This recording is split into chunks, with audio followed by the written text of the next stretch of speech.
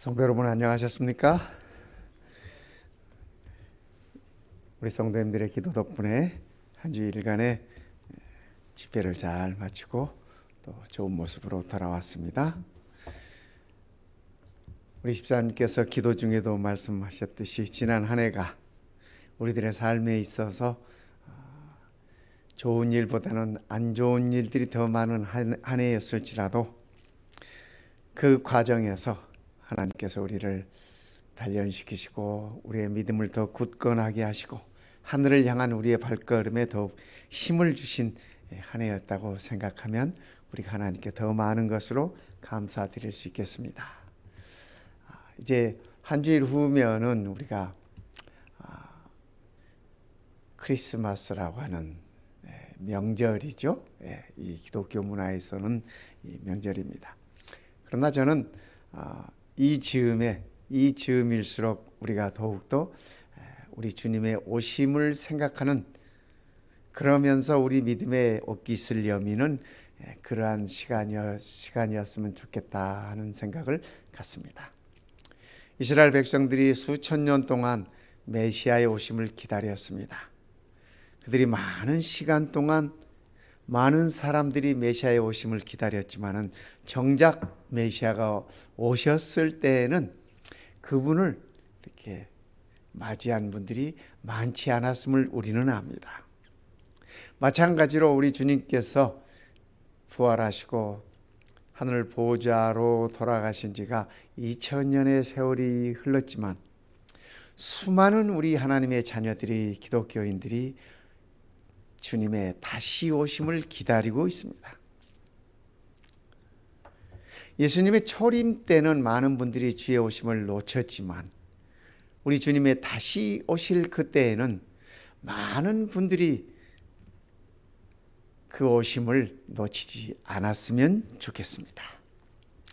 그래서 저는 오늘과 다음 금요일 2시간에 걸쳐서 예수님께서 초림하실 당시에 있었던 그 일을 통해서 주의 다시 오심을 기다리는 우리들의 믿음과 마음의 자세는 어떠해야 할까라는 말씀을 함께 나누고 싶습니다. 마리아 찬가, 이 마리아 찬가라고 하는 것은 마리아가, 예수님의 어머니의 마리아가 천사로부터 네가 하나님께 은혜를 입은 자다, 너를 통해서 하나님의 아들이 태어날 것인데 그 아들의 이름을 예수라 하라는 부름을 받고 어찌 그런 일이 있을 수 있겠습니까? 라는 황당한 상황에서 황당한 대답을 했던 마리아에게 성령의 하나님을 통해서 네가 잉태되고 또 만국을 통치하실 다윗의 후손 하나님의 왕이 태어날 것이라고 하는 약속된 말씀을 천사로부터 듣고 마리아는 그렇게 얘기합니다. 말씀대로 이루어지리이다. 말씀대로 자기에게 이루어질 것이라고 하는 그러한 순종의 고백을 합니다. 그리고 마리아는 그의 친척 엘리사벳 집을 방문합니다. 엘리사벳 집에 방문했을 때 엘리사벳이 임신할 수 없었지만, 나이가 많아서 아이를 가질 수 없었지만은 하나님께서 성령으로 잉태케 하신 그 일을 통해서 마리아에게 하나님의 아들을 잉태한 네가 복 있는 여자다 라는 이런 축복의 말씀을 듣고 마리아가 지은 노래가 바로 이 마리아 찬가입니다. 그의 노래 속에서 하나님께 영광을 돌리고 그의 마음을 표현하고 그런 것이 바로 이 마리아 찬가입니다. 함께 말씀을 보겠습니다. 누가복음 1장 46절부터 있는 말씀입니다. 마리아가 이르되 내 영혼이 주를 찬양하며 내 마음이 하나님 내 구주를 기뻐하였음은 그의 여종의 비천함을 돌보셨습니다. 보라, 이제 후로는 만세에 나를 복이 있다 일컬으리로다. 능하신 이가 큰 일을 내게 행하셨으니 그 이름이 거룩하시며 긍휼하심이 두려워하는 자에게 대대로 이르는도다. 그의 팔로 힘을 보이사 마음의 생각이 교만한 자들을 흩으셨고 권세 있는 자를 그 위에서 내리치셨으며 비천한 자를 높이셨고 줄이는 자를 좋은 것으로 배불리셨으며 부자는 빈손으로 보내셨도다. 그 종 이스라엘을 도우사 긍휼히 여기시고 기억하시되 우리 조상에게 말씀하신 것과 같이 아브라함과 그 자손에게 영원히 하시리로다 하니라. 이 말씀이 마리아가 하나님께 영광을 드리는 아름다운 찬양입니다. 그의 기도이기도 하고 그의 찬양이기도 합니다. 성경은 신학자들은 이것을 가르쳐서 더 마그니피컷이라고 합니다. 마리아의 찬가 혹은 마리아의 송가 이렇게 부릅니다. 이 마리아의 찬가에서 두드러지게 우리 눈에 띄는 것은 마리아가 하나님을 긍휼하심을 베푸는 분으로 긍휼하심을 나타내는 자로 이렇게 표현하고 있습니다. 긍휼하심이 두려워하는 자에게 대대로 이르는도다. 마리아가 천사로부터 네가 잉태되어서 아들을 낳을 것이라는 이 말씀을 하셨을 때 얼마나 두려웠겠습니까? 그 당시 문화로 봐서 그 당시의 상황으로 봐서 이것은 정말 돌 맞을 일이기 때문에 그렇습니다. 그 두려워하는 이 마리아에게 하나님이 긍휼하심이 함께한다고 마리아는 그렇게 표현하고 있습니다. 또 그 종 이스라엘을 도우사 긍휼히 여기시고 기억하신다 이렇게 표현하고 있습니다. 그래서 마리아 개인뿐 아니라 그의 민족 이스라엘을 하나님께서 긍휼히 여기신다라고 이렇게 그는 찬양하고 있는 것입니다. 그래서 은혜라고 하는 것은 자격을 잃어버린 자들에게 베풀어진 사랑을 은혜라 그럽니다. 그래서 사도 바울이 늘 내가 은혜를 입었다라고 표현하는 것은 은혜 받을 자격이 없어요. 그가 하나님을 핍박하고 하나님의 백성들을 핍박하고 전혀 하나님의 사랑을 받을 자격이 없는데 그런 자기에게 하나님께서 사랑을 베푸셨다는 의미로 은혜라는 말을 씁니다. 그런데 이 긍휼이라는 mercy, 이 긍휼이라는 말은 비참한 상태를 향하여 베풀어진 사랑을 얘기합니다. 그래서 마리아가 하나님을 긍휼하심이 풍부한 분, 긍휼하심이 많은 분으로 이렇게 표현하고 있는 것은 자신의 상태를 살피고 그 상태가 보잘것없는 그러한 상태임에도 하나님께서 자기에게 사랑을 베푸심에 대한 그의 표현인 것을 우리는 알 수 있습니다. 여기 멋진 공항이죠. 성도 여러분, 이 공항이 어디 공항인지 아시겠습니까? 뉴욕에 가면 뉴욕에 공항이 두 개 있습니다. 하나는 존 F 케네디 공항이 있고 하나는 이 공항이 있습니다. 라과리아 공항이라고 합니다. 근데 이 라과리아 공항이 이렇게 바닷가에 멋지게 위치하고 있습니다. 사진으로 봐도 멋지죠? 근데 이 공항의 이름이 왜 라과리아라고 이렇게 이름이 붙었냐 하면은 이분의 이름이 라과리아입니다. 그 당시에 이분이 판사였는데 어느 날 그의 법정에 이 열린 법정에 할머니 한 분이 절도죄로 이렇게 이 즉결 심판에 넘겨졌습니다. 그래서 이 라과디아 판사가 그 할머니에게 물었습니다. 할머니의 죄는 절도죄인데 무슨 절도냐면은 빵을 훔친 죄, 빵을 훔쳐서 그래서 이 즉결 심판에 이렇게 나온 것입니다. 그때 이 할머니가 이 판사에게 그렇게 얘기합니다. 판사님, 제게 긍휼을 베풀어 주십시오. 제게 긍휼을 베풀어 주십시오. 그때 이 판사가 물었습니다. 할머니, 왜 그러셨어요? 어쩌다가 그러셨어요? 하고 이유를 물었습니다. 그랬더니 할머니가 내게 딸이 있습니다. 내 딸은 병들어서 일도 할 수 없고 지금 누워 있고, 사위는 그런 딸을 버려두고, 그의 이 아내를 버려두고 두 딸을 버려두고 도망가 버렸습니다. 소녀 둘이 있는데 이 소녀들을 굶길 수 없어서 이 추운 날 이 빵을 훔칠 수밖에 없었습니다. 그렇게 얘기를 했습니다. 그 상황을 다 듣고 있던 이 라과디아 판사는 선고를 했습니다. 이 할머니는 벌금 10불을 벌금으로 판결한다. 그 당시에 10불이면 적은 돈은 아니었습니다. 그런 다음에 하시는 말씀이, 나도 이 할머니의 절도를 방관한 책임이 있는 것 같다. 그래서 내게도 벌금 10불을 부과한다. 그런 다음에 죄송합니다.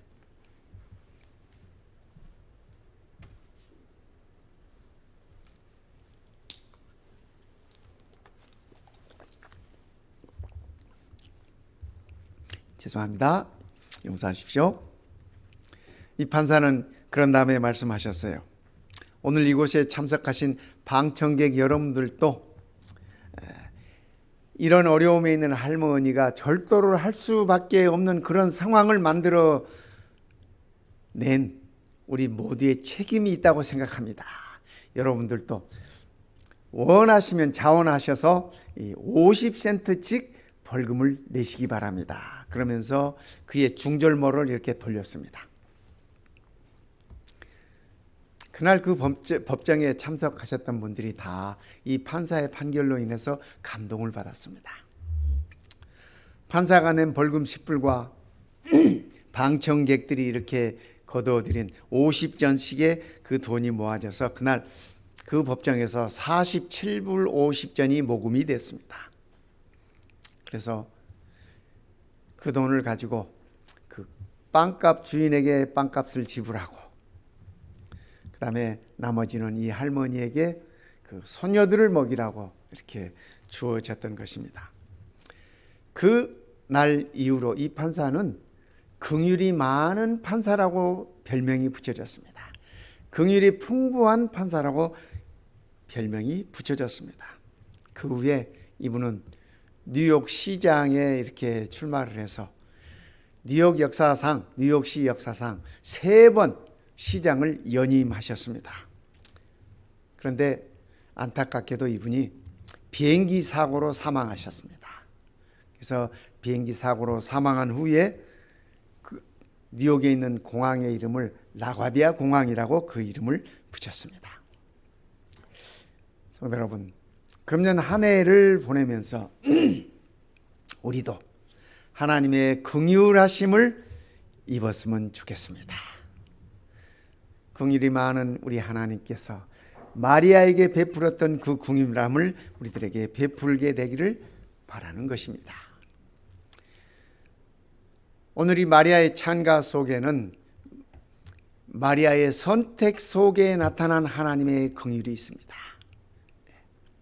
하나님께서 천사를 통해서 마리아야, 네가 아들을 잉태할 것이다, 그리고 아들을 낳을 것이다 라고 말씀했지만 하나님의 그 말씀을 마리아는 그의 스스로 선택에 의해서 그가 하나님의 말씀을 받아들이고 그 말씀대로 이루어지라고 그렇게 하나님께 말씀을 드렸던 것입니다. 그러기에 마리아는 그의 선택 속에 하나님의 긍휼하심을 입었을 뿐 아니라 하나님의 긍휼하심을 그가 나타냈던 것들을 우리는 알 수 있습니다. 그의 여종의 비천함을 돌보셨습니다. 마리아는 나사렛 아가씨입니다. 이스라엘에서 예루살렘은 화려한 곳이지만, 큰 도시지만은 나사렛이라는 곳은 아주 볼품없는 마을입니다. 범죄가 많은 마을이었습니다. 그 당시에도. 비천한 자들이 모여 사는 곳이 나사렛이었습니다. 마치 요즘 뉴욕에서, 그죠? 뉴욕에서 이 뉴욕 맨하탄에서 바로 그 곁에 할렘가가 있어요. 할렘가가 있어요. 참 세계 최고의 도시 뉴욕에서 할렘가 같은 곳이 있다고 하는 것이 상당히 아이러니하고 또 상당히 어울리지 않는 듯합니다. 그러나 현실이에요. 현실이에요. 마리아는 그런 나사렛에서 자라난 아가씨입니다. 그가 하나님의 은총을 입고서 그가 표현한 말이, 하나님께서 그분의 여종의 비천함을 돌보셨다. 마리아는 그 사실을 깨달았습니다. 그러면서 이제 후로는 만세의 나를 복이 있다 일컬이로다. 히브리 여인들이 가장 원하고 소망했던 것 중에 하나가 메시아의 어머니가 되는 것이었습니다. 그런데 그 특권을 마리아가 누리게 된 것이죠. 뿐만 아니라 마리아는 이렇게 얘기합니다. 긍휼하심이 두려워하는 자에게 대대로 이르는도다. 긍휼하심이 두려워하는 자들에게. 성도 여러분, 마리아가 얼마나 두려웠겠습니까? 상상도 할 수 없는, 정상적인 아가씨로서 상상도 할 수 없는 일이 그에게 이르러 온 것입니다. 임신이라고 하는, 잉태라고 하는 그 당시 사회 관습에서나 그 당시 종교적인 모든 환경에서 도저히 인정받을 수 없는 그러한 일이 그에게 이르러 왔을 때 그는 얼마나 두려웠겠습니까? 왜냐하면 그것은 죽음까지도 각오해야 하는 그러한 상황이었습니다. 그러한 사건이었습니다. 또 그의 배가 점점 불러옴에 따라서 많은 사람들에게 수모를 당할 수 있고 손가락질을 받을 수 있고 혐오함을 받을 수 있고 비난들을 감수해야만 하는 그러한 상황이었습니다. 그럼에도 불구하고 이 마리아는 하나님의 긍휼하심이 두려워하는 자에게 대대로 이를 것이다 라고 고백하고 있는 것입니다. 정말 두려워하는 그에게 하나님의 긍휼하심이 이르렀다고 하는 그런 표현을 하고 있는 것입니다. 성도 여러분, 우리가 금년 한 해를 보내면서 우리 또 많은 두려움 가운데 시간들을 보냈지 않습니까? 질병의 두려움, 경제적인 두려움, 관계의 두려움, 여러 가지 두려움 속에서 우리가 지났을지라도 하나님의 긍휼하심이 두려움 가운데 있는 우리 모두에게 풍성하게 임하시기를 바라는 것입니다. 그래야 마리아처럼 이제 후로는 만세의 나를 복이 있다 일컬으리로다. 사랑하는 우리 모든 성도님들의 삶 속에 하나님의 긍휼하심이 베풀어짐으로 인해서 우리 또한 복된 자라고, 내가 복 있는 자라고 그렇게 표현할 수 있으면 참으로 좋겠습니다. 천사가 이르되 마리아여 무서워하지 말아라. 네가 하나님께 은혜를 입었느니라. 성도 여러분, 한 해를 보내면서 두려워하지 마시기 바랍니다. 무서워하지 마시기 바랍니다. 우리가 하나님께 은혜를 입었습니다. 금년 한 해도 우리가 하나님께 은혜를 입어 여기까지 왔다는 사실을 잊지 마시기를 바라는 것입니다. 두 번째, 마리아의 찬가 속에서 우리는 이스라엘의 선택 속에 나타난 하나님의 긍휼하심을 느낄 수 있습니다. 메시아의 탄생 소식은 이스라엘 민족의 소망이 실현된 사건이었습니다. 그들은 수천 년 동안 메시아의 오심을 기다렸습니다. 모든 히브리 여인들은 메시아의 어머니가 되고픈 로망이 있었습니다. 모든 히브리 백성들은 다윗의 후손으로서 오실 메시아를 만난다는 기대감에 가득 차 있었습니다. 그러기에 메시아의 탄생 소식은 이스라엘 민족의 소망이 실현되는 그런 사건이었습니다. 이스라엘 사람들은 그들의 역사를 통해서 늘 노예의 신분으로 오랜 세월을 살았습니다. 야곱이 그의 아들 요셉을 따라서 애굽에 들어간 이후로, 요셉이 죽은 이후로 요셉이 죽은 이후로 이스라엘 백성들은 애굽의 종들로 살았습니다. 애굽에서 노예의 삶을 살았습니다. 하나님께서 모세를 선택하시고 그 모세를 통하여 그 백성들을 애굽에서 구원해 내기까지 그들은 400년 이상을 노예로 살 수밖에 없었습니다. 가나안으로 돌아와서 그들은 통일 왕국을 이루고 이스라엘이라고 하는 통일 왕국을 이루고 사울 왕을 비롯해서 다윗 왕, 솔로몬 왕 때까지 그들은 번영했습니다. 번창했습니다. 주변 나라들이 다 부러운 나라로 성장했습니다. 그러나 솔로몬 이후에 르호보암과 여로보암으로 왕이 갈리면서 남방 유다와 북방 이스라엘로 갈리면서 그들은 하나님께 끊임없이 범죄하고 하나님께로서 돌아섬으로 인해서 그들은 그들의 역사를 스스로 처참한 가운데 이렇게 보낼 수밖에 없었습니다. 북방 이스라엘이 아시리아에 멸망당하고 그들은 아시리아의 노예로 살았습니다. 그렇죠?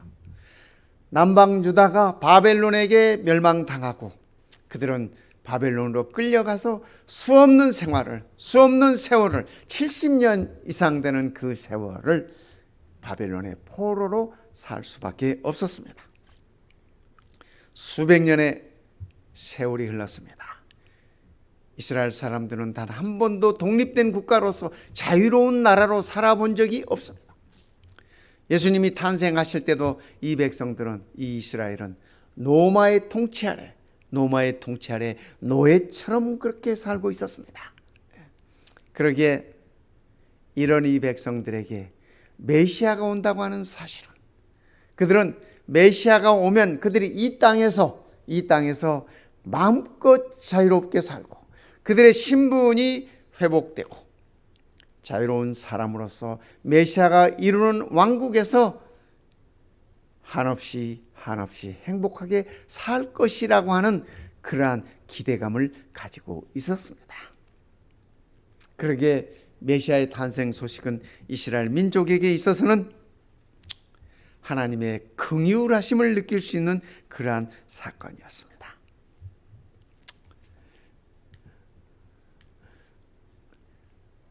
이스라엘 백성들이 노예 생활을 하면서도 말입니다. 그들은 자존감이 강한 백성이었습니다. 자존감이 강하고 그리고 하나님께서 자기 백성들을 선택하셨다고 하는 강한 자부심을 가지고 살았던 사람입니다.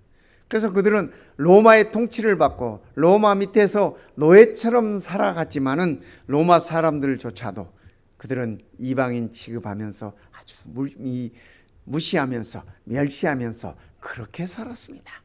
아주 교만함이 가득했었습니다. 왜냐하면 하나님께 선택함을 받았다고 하는 그 일 때문에 그렇습니다. 그런데 교만한 사람들의 특징은 절대로 잘못을 인정하지 않습니다. 두 번째, 교만한 사람들은 용서나 도움을 구하지 않습니다. 교만하기 때문에 그렇습니다. 언젠가 제가 어떤 책을 읽었더니 우리 그 한국의 카이스트에 있는 어떤 그 박사가 그런 말을 썼습니다. 이분이 이렇게 이북을 다녀오셨어요. 북한에 다녀오셔가지고 그의 그 느낌을 쓴 그의 글 가운데 그렇게 썼습니다. 북한 사람들은 두 가지를 할 줄 모르더라. 첫째는 죄송합니다 말을 할 줄 모르. I am sorry라는 말을 못하고, 두 번째는 감사합니다라는 말을 못하더라. Thank you를 못하더라. 그분이 그렇게 글을 쓴 걸 제가 봤습니다. 우리는 어떻습니까, 성도 여러분? 그죠? 미국에서 살다 보니까 미국 사람들은 참 I'm sorry를 잘하더라고요. 발을 밟혔는데도 밟힌 사람이 I'm sorry 그러더라고요. 제가 한 번은 엘리베이터에서 이렇게 어떻게 잘못해가지고 미국 분의 발을 이렇게 밟은 적이 있습니다. 엘리베이터 안에 들어가다가. 그랬더니 그분이 나보다 먼저 I'm sorry 그러시더라고요. 그래서 제가 참 많이 당황했었습니다. 저도 I'm sorry를 하긴 했지만 그분이 저보다 밟은 사람한테 밟힌 사람이 I'm sorry 하니까 참 제가 많이 못 적었습니다.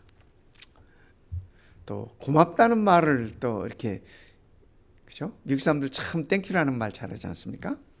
우리도 늘 I'm sorry 하면서 또 고맙다고 하면서 그렇게, 그죠? 이런 모든 교만들을 물리치면서 살면 참으로 좋을 것 같습니다. 세 번째, 마리아의 창가 속에서 저는 우리의 선택 속에서 나타나신 하나님의 긍휼하심을 볼 수 있었습니다. 그죠? 너희는 그 은혜에 의하여, 그죠? 하나님의 은혜에 의하여, 그리스도의 은혜에 의하여 믿음으로 말미암아 구원을 받았으니 이것은 너희에게서 난 것이 아니요 하나님의 선물이라. 가만히 생각해 보니까 제가 믿음을 소유하게 된 데 있어서 제 공로가 아무것도 없었던 것 같아요. 그저 어려서 어머니가 교회 가자 하니까 교회 따라갔고, 그죠? 그러면서 믿음이 조금씩 자라기 시작했던 것 같습니다. 가만히 돌이켜 보니까 오늘 저의 구원 또한 전적으로 하나님의 은혜였다고 하는 사실을 기억하게 됩니다. 사도 바울은 그의 구원에 있어서 100% 하나님의 은혜라고 하는 표현을 자주 쓰고 있지 않습니까? 왜냐하면 그는 늘 하나님을 핍박했고 예수를 핍박했고 예수를 따르는 자들을 핍박했고 그들을 잡아 넘겼고, 그런데 어느 날 하나님께서 그를 불러주셨어요. 그에게 구원을 허락하셨어요. 그러니 그런 바울에게 있어서 하나님의 은혜가 얼마나 크게 여겨졌겠습니까? 바울은 이 에베소 2장 8절에 있는 말씀을 하기 직전에 이렇게 표현합니다. 하나님을, 긍휼이 풍성하신 하나님이 우리를 사랑하신 그 큰 사랑을 인하여 허물로 죽은 우리를 그리스도와 함께 살리셨고 너희는 은혜로 구원을 받은 것이다. 여기 바울이 너희는 은혜로 구원을 받은 것이라 라고 하는 이 표현 가운데는 나 또한 은혜로 구원을 받았다 하는 표현이 포함되어 있는 것입니다. 성도 여러분, 오늘 우리를 구원하신 하나님이 긍휼이 풍성하신 하나님이심을 우리가 감사하십시다. 그분의 긍휼하심이 없었다면 오늘 우리가 구원의 기쁨을 누릴 수 있었겠습니까? 그죠? 구원의 즐거움을 우리가 느낄 수 있었겠습니까? 그분의 긍휼하심이 풍성하심을 우리가 느낄진데 그분의 다시 오심을 우리는 반가움과 즐거움과 설레임으로 우리는 기다릴 수 있을 것입니다. 저는 우리의 선택 가운데서 나타난 하나님의 긍휼을 이렇게 생각해 보면서 제 삶도 이렇게 한번 뒤돌아 봤습니다. 처음부터 끝까지 지금까지 모든 것이 하나님의 긍휼하심이 아니었을까, 하나님의 은혜로 된 것이 아니었을까, 그런 생각을 해보았습니다. 어쩌다 믿은 것이 아니라 하나님의 긍휼하심으로 내 삶의 길목길목마다 이렇게 역사해 주셨음을 저는 느끼는 것입니다.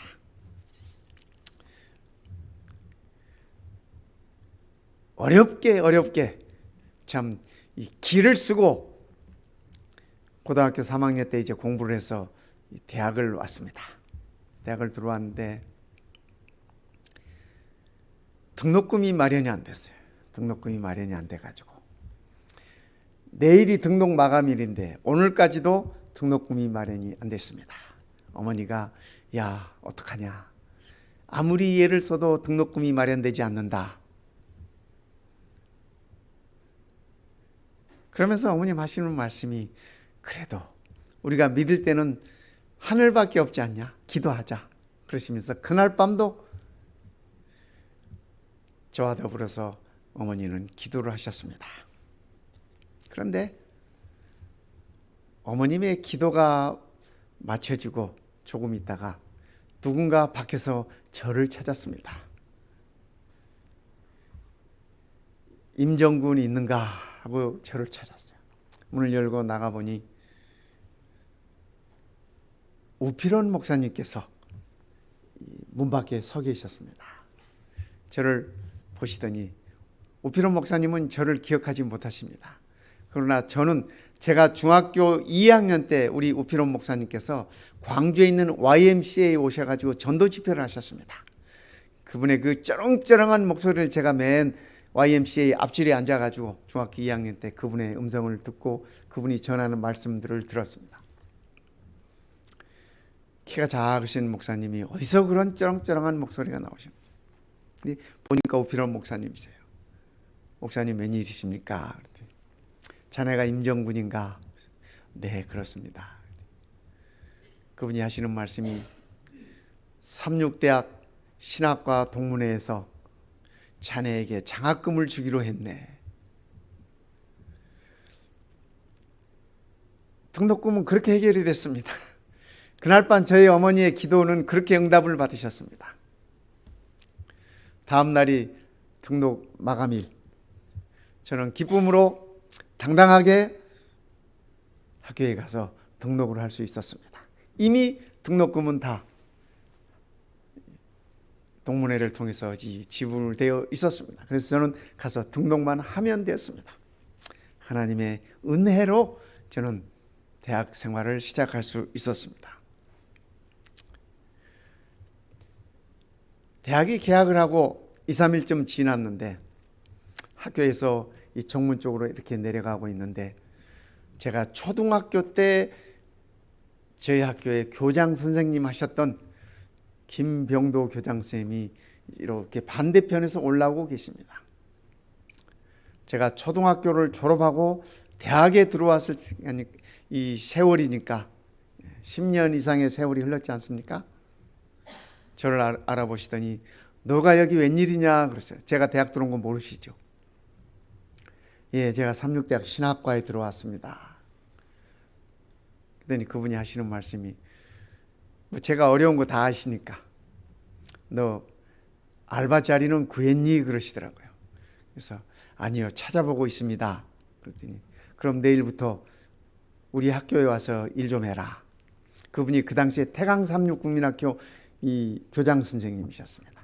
그래서 제가 그 다음 날부터 태강삼육 초등학교에 가서 칠면조 먹이도 먹이고 또 그 당시에는 시험을 다 등사판에 가리방 긁어가지고 이렇게 하지 않습니까?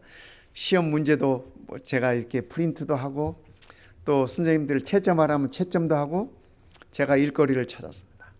그래서 그분의 긍휼하심을 통해서 제가 먹고 생활하는 것들을 이렇게 해결이 됐습니다. 참 그렇게 감사할 수 없습니다. 그렇게 1년을 보냈습니다. 1년을 보냈는데 1년이 지난 다음에 그 당시에 태양삼육 초등학교에 박효종 목사님 사모님이 거기 이 교사로 이렇게 재직하셨습니다. 그분이 초등학교 1학년, 2학년 이렇게 담임이셨던 걸로 기억이 나는데 그분이 하루는 저를 부르세요. 자네 가정교사 해볼 생각 없는가? 그러세요. 가정교사 좋죠. 네. 이 대학생들의 알바 중에 제일 좋은 게 가정교사입니다.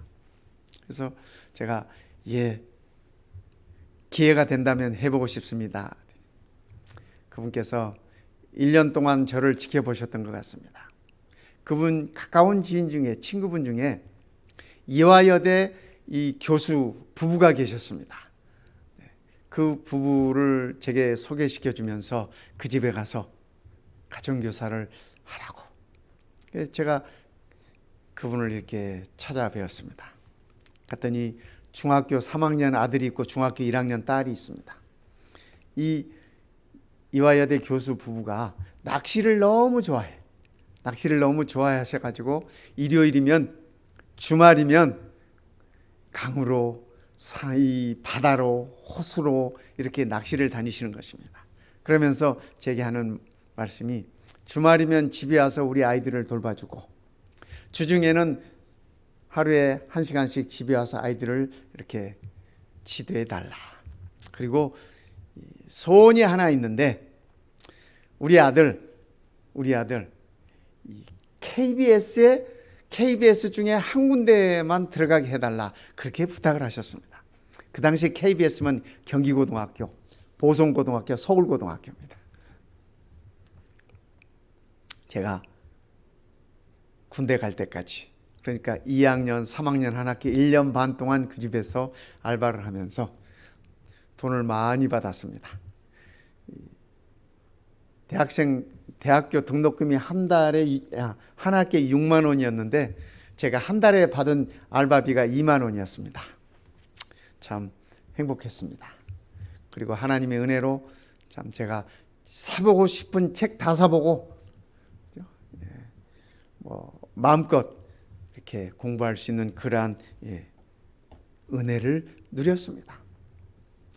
저는 몰랐지만은 하나님께서 길목마다 필요에 따라서 길을 예비해 주셨음을 저는 나중에 깨달았습니다.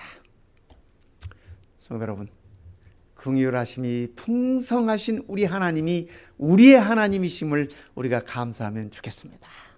그분께서 우리를 긍휼히 여시고 한 해가 저물어가는 이 무렵에도 지난 한 해 동안 우리를 인도하셨듯이 이 연말도 그분의 풍성하신 그 긍휼이 우리를 감싸고 있음을 기억하시면 좋겠습니다. 예수님의 가르침 가운데 바리새인과 세리의 기도하는 모습이 나옵니다.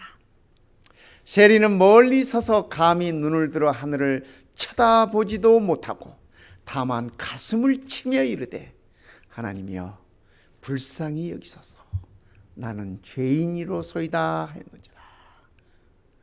예수님께서 직접 들려주신 말씀이에요. 그렇죠? 그리고 예수님께서 말씀하십니다. 이날 성전에서 의롭다함을 받고 간 사람은 세리였다고 그렇게 얘기하시는 것입니다. 성도 여러분, 오늘 이 저녁 우리 또한 하나님의 긍휼하심을 구하십시다. 하나님 우리를 불쌍히 여겨 주십시오. 이렇게 기도할 수 있으면 좋겠습니다. 한 해가 저물어가는 이 시간에 우리 모든 성도님들의 믿음과 삶 속에 하나님의 긍휼하심이, 하나님의 은혜가 풍성하게 임하시기를 바라는 마음이 간절한 것입니다. 이제 우리 함께 하나님의 은혜를 생각하면서 이 노래를 한번, 이 찬양을 감상하시겠습니다.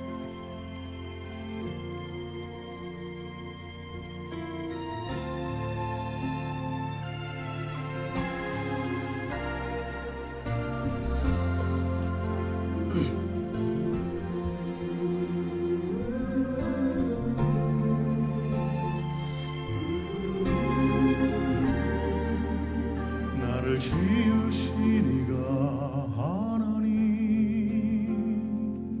나를 부르시니가 하나님 나를 보내시니도 하나님 나의 나 된 것은 다 하나님 은혜라 나의 달려갈 길 다가도록 나의 마지막 호흡 다하도록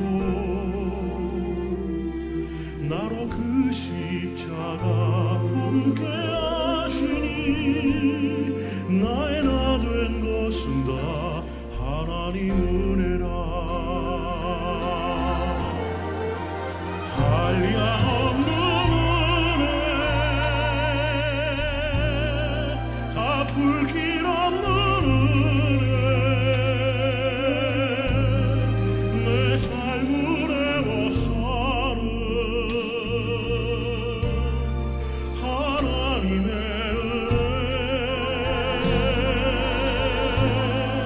나 주저함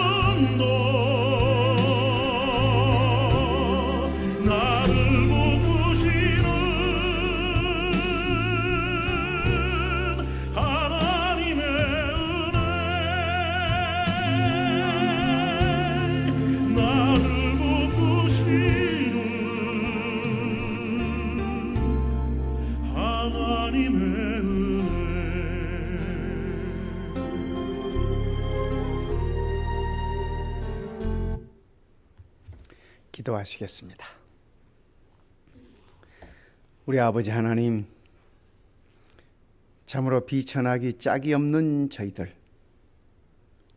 죄 가운데서 두려움에 떨고 있던 저희들을 하나님의 긍휼하심으로 감싸주시고 은혜로 우리를 이끌어 주시니 참으로 감사합니다. 한 해가 저물어가는 이 즈음에 우리에게 풍성하게 입혀주신 아버지 하나님의 그 긍휼하심과 한량이 없는 그 자비하심으로 인하여 우리가 더욱 믿음의 용기를 갖게 하시고 우리의 발걸음에 힘을 얻게 하시고 세상과 싸워 승리하는 우리가 되도록 성령 하나님 우리를 이끌어 주시옵소서.